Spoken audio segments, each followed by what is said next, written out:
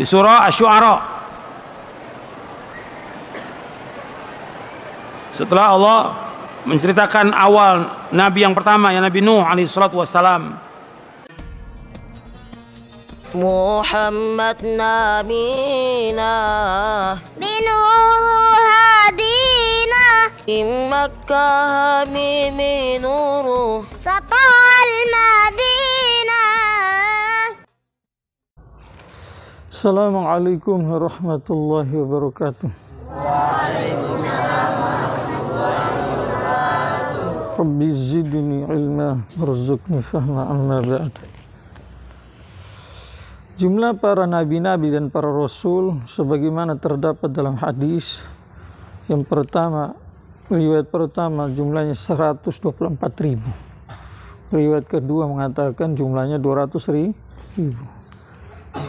Maka dari sekian nabi dan rasul yang diutus oleh Allah Subhanahu wa taala, yang paling pertama sekali adalah Nabi Adam, bukan Nabi Nuh alaihi salatu wassalam.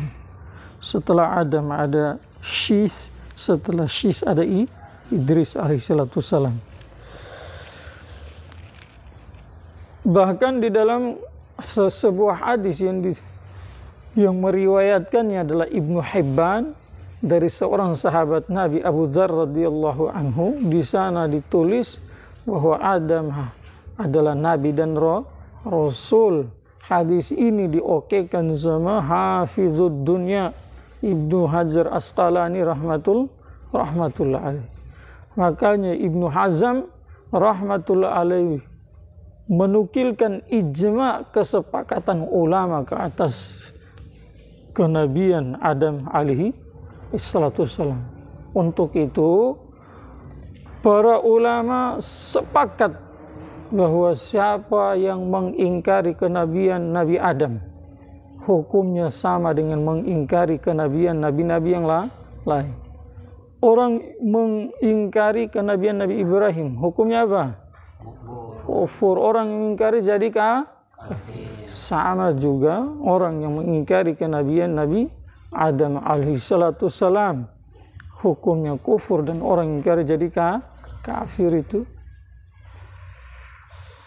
Makanya orang-orang Wahabi yang mengatakan Nuh adalah nabi yang pertama, ini adalah satu kesalahan yang fatal yang menyebabkan iman mereka jadi terancam itu.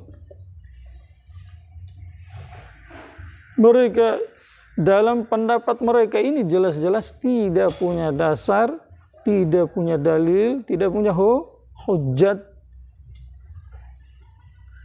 Kalau mereka sodorkan hadis yang diriwayatkan oleh Imam Bukhari dan yang lainnya rahmatullah alaihim, yang berkaitan dengan hadis yang isinya di dalamnya itu menggambarkan nanti pada hari kiamat orang-orang akan mendatangi Nabi Adam, kemudian Nabi Nuh, kemudian Nabi Ibrahim, kemudian Nabi Musa, kemudian Nabi Isa, kemudian terakhir Nabi Muhammad alaihi wassalatu wassalam. Di dalam hadis itu disampaikan saat mereka mendatangi Nuh alaihi salatu wassalam, mereka berkata, anta awwalur rusul, awwalul rusul. Maka hei orang Wahabi, jangan terkecoh dan jangan salah dalam memahami itu hadis. Kalau kamu mengatakan yang dimaksud oleh hadis ini adalah Nuhlah nabi yang pertama, sebelumnya tidak ada nabi dan rasul, berarti benturan terjadi antara Al-Quran dan hadis. Lalu apa maksud hadis itu? Itulah enaknya jadi aswaja ahli sunnah wal jamaah. Otak mereka dikasih luas sama Allah, pahamnya dikasih luas. Berbeda dengan orang-orang Wahabi, otaknya dikasih sempit sama Allah, itu jadi dikasih picik. Maka awalur rusul, anta awalur rusul, di situ yang dimaksud adalah yang pertama, engkau adalah nabi yang pertama diutus untuk seluruh manusia yang tersebar di seluruh alam. Yang kedua adalah engkau adalah nabi yang pertama diutus kepada orang kafir, orang musyrik.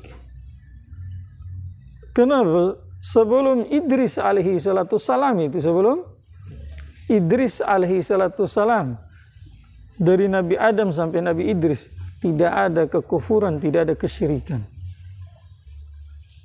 Terjadi kekufuran dan kesyirikan setelah meninggalnya Nabi Idris alaihi salatu salam sampai Nabi Nuh, jaraknya 1000 tahun. Disitulah tidak ada Nabi dan Rasul yang diutus, maka terjadi kesyirikan dan kekufuran. Maka maksud hadis tadi itu bukan kamulah Nabi yang pertama diutus, kamulah Rasul yang pertama diutus, tetapi yang dimaksud adalah engkau yang pertama diutus, Nabi yang pertama, Rasul yang pertama diutus untuk manusia yang tersebar di seluruh alam. Yang kedua, engkau adalah Rasul yang pertama diutus untuk orang kafir. Alasan yang pertama tadi itu, kenapa Nabi Nuh disebut Nabi yang pertama diutus untuk manusia yang tersebar di seluruh dunia itu? Karena setelah Nabi Nuh alaihissalam, nabi-nabi itu diutus untuk ada yang satu suku, ada hanya usaha untuk keluarganya. Sampai nanti datang Nabi Muhammad sallallahu alaihi wasallam, sebagaimana disampaikan oleh Allah di dalam Al-Quran, kata-kata Nabi Isa alaihissalam, ya Bani Israel, inni Rasulullahi ilaikum. Ini sesungguhnya saya utusan Allah kepada kamu. Nanti datang Nabi Muhammad, baru beliau lagi diutus untuk seluruh alam sampai hari kiamat. Jelas atas dasar itulah orang-orang Wahabi itu, ya kalau tidak bertobat dari ucapan mereka, imannya jadi terancam. Semoga bermanfaat. Subhanallah.